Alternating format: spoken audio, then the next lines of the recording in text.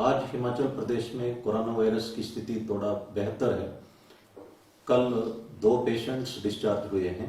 इस वक्त अस्पताल में कुल मिला के 15 पेशेंट्स उपचाराधीन हैं और अब तक 20 पेशेंट्स डिस्चार्ज हो चुके हैं और 4 पेशेंट्स बाहर चले गए हैं।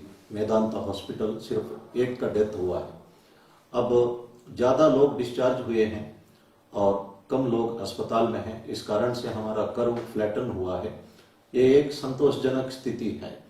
हम धीरे धीरे कोरोना वायरस को कंट्रोल करने में कामयाब हो रहे हैं, लेकिन हमें सतर्क रहने की आवश्यकता है। देश भर में केसेस बढ़ रहे हैं और नागपुर में एक व्यक्ति ने पॉजिटिव पाने के बावजूद वो 56 लोगों को संक्रमित किया है और पुलिस जो है उनको क्वारंटाइन में रखा है तथा उनका फर्स्ट कांटेक्ट को ढूंढ रही है। इसलिए हमारी समस्या कभी भी बढ़ सकता है और जो लोग बाहर से हिमाचल प्रदेश आना चाहते हैं उन सबको आरोग्य सेतु ऐप डाउनलोड करना अनिवार्य है और अपने घर में क्वारंटाइन में भी रहना अनिवार्य है और गांव के प्रधानों का जिम्मेदारी है कि वो क्वारंटाइन का नियमों का पालना करें और बाहर ना निकलें। और जो अर्ली मॉर्निंग वॉक करना चाहते हैं, जॉगिंग करना चाहते हैं, उनके लिए कर्फ्यू में छूट दी गई है। वे सवेरे 5:30 बजे से लेके 7 बजे तक जॉगिंग कर सकते हैं और मॉर्निंग वॉक के लिए निकल सकते हैं। इसी तरह जो दुकानें ज़्यादा खुलने के लक्ष्य में सरकार ने कर्फ्यू रिलैक्सेशन पीरियड को भी 3 घंटे से बढ़ाकर 4 घंटा किया हुआ है। इसका भी फायदा हम उठा सकते हैं, लेकिन दुकानदारों का फर्ज है कि वे सुनिश्चित करें कि लोग मास्क पहने और साथ में सोशल डिस्टेंसिंग मेंटेन करें। वो इस तरह का बोर्ड लगा सकते हैं, नो मास्क नो रेशन, या बैंक्स वगैरह में नो मास्क नो सर्विस। और दुकानदार का जिम्मेदारी है ये सुनिश्चित करने का, क्योंकि अगर कोई एक दुकानदार संक्रमित हो जाता है तो वो कम से कम 1 महीने के लिए उसे दुकान बंद करना पड़ेगा और ये कोरोना वायरस भी एक सीरियस बीमारी है। टेलीमेडिसिन का फायदा आप उठा सकते हैं। ये भारत सरकार का पोर्टल है और इससे आप घर बैठे डॉक्टरों से कंसल्ट कर सकते हैं। आपको कंसल्टेशन के लिए बाहर निकलने की आवश्यकता नहीं है। पुलिस कांस्टेबल्स को हम कहते हैं या पुलिस एनजीओस को हम कहते हैं कि ड्यूटी पर डटे रहे और साथ में हम लोगों को कहते हैं कि घर पे बैठे रहे। तो पुलिस वाले इस वक्त 1 महीने से कुछ भी छुट्टी नहीं लिया है और वो ड्यूटी पर हमेशा लगे रहे।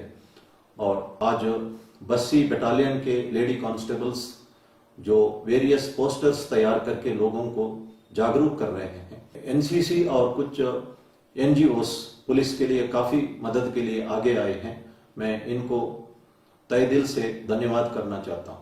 अगर आप नास्तिक है, आप एक्सरसाइज कर सकते हैं, म्यूजिक सुन सकते हैं, किताबें पढ़ सकते हैं और हेल्दी फूड खा के अपना सेहत मेंटेन कर सकते हैं, इम्यूनिटी बढ़ा सकते हैं और चैरिटी करके भी अपना इम्यूनिटी बढ़ा सकते हैं।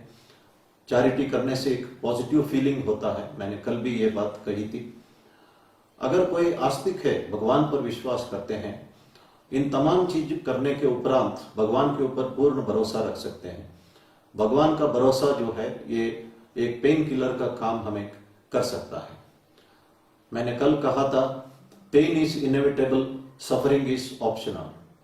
जो कष्ट सबको आते रहता है, लेकिन कष्ट झेलना जो है वो हमारा मर्जी से होता है। इसके लिए सबसे आसान तरीका भगवान के ऊपर विश्वास रखना। हम एक प्रार्थना करते हैं, त्वमेव माता च पिता त्वमेव, त्वमेव बंधु सखा त्वमेव, त्वमेव विद्या द्रविणम त्वमेव, त्वमेव सर्वम मम देव देव। इसका मतलब हम कहते हैं कि भगवान तुम ही मेरी माता पिता बंधु सखा हो और मेरी जो विद्या है या धन दौलत सब तुम्हारा ही देन है। मैं पूर्ण रूप से तुम्हारे लिए सरेंडर्ड हूं और मेरी देखभाल करो। ये बहुत अच्छा एक प्रेयर है। महाभारत में आपने सुना होगा, भगवान कृष्ण कई बार द्रौपदी को बचाता है। एक घटना मैं जिक्र करना चाहता हूं।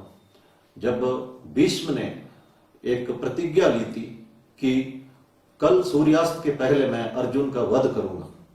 भीष्म पितामह अपना प्रतिज्ञा के लिए बहुत मशहूर है। द्रौपदी कृष्ण को याद करती है। भगवान कृष्ण के कहने पर द्रौपदी भीष्म पितामह के टेंट पर जाती है और जब वो टहलते हैं शाम के वक्त और जैसे ही मुड़ते हैं तो एकदम वो उनके पैर पे गिरती है और पाद नमस्कार करती है। भीष्म पितामह को पता नहीं है, एकदम उन्होंने आशीर्वाद दिया और कहा दीर्घ सुमंगली भव। इसका मतलब भीष्म पितामह ने अर्जुन को आशीर्वाद दिया कि वो लंबे अरसे तक जीते रहे। जैसे ही द्रौपदी उठ गई, भीष्म पितामह ने देखा ये द्रौपदी है। फिर उन्होंने कहा कि ये उपाय सिर्फ वासुदेव कृष्ण ही दे सकता है। इतने में भगवान कृष्ण द्रौपदी का चप्पल हाथ में लिए हुए पीछे पीछे आते हैं, क्योंकि भगवान कृष्ण ने कहा है कि ये चप्पल मुझे दे दो, नहीं तो आवाज आ जाएगा, भीष्म को पता लगेगा।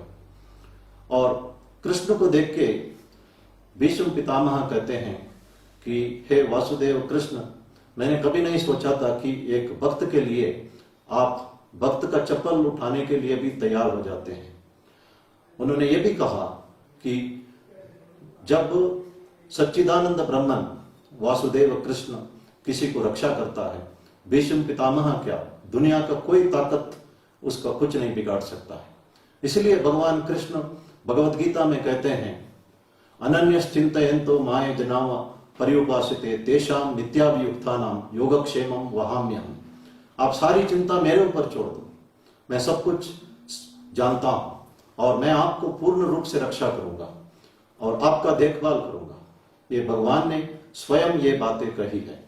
इसलिए हम पूर्ण रूप से भगवान पर भरोसा करें। हमारे से जो कुछ हो सकता है नियमों का पालन करना वो हम करें। और ये कष्ट झेलने का एक आसान तरीका है। कष्ट आएगा, लेकिन कष्ट झेलना इस धरती के तमाम लोग जानते हैं और सदियों से भगवान पर विश्वास करके कष्ट झेलते आए हैं।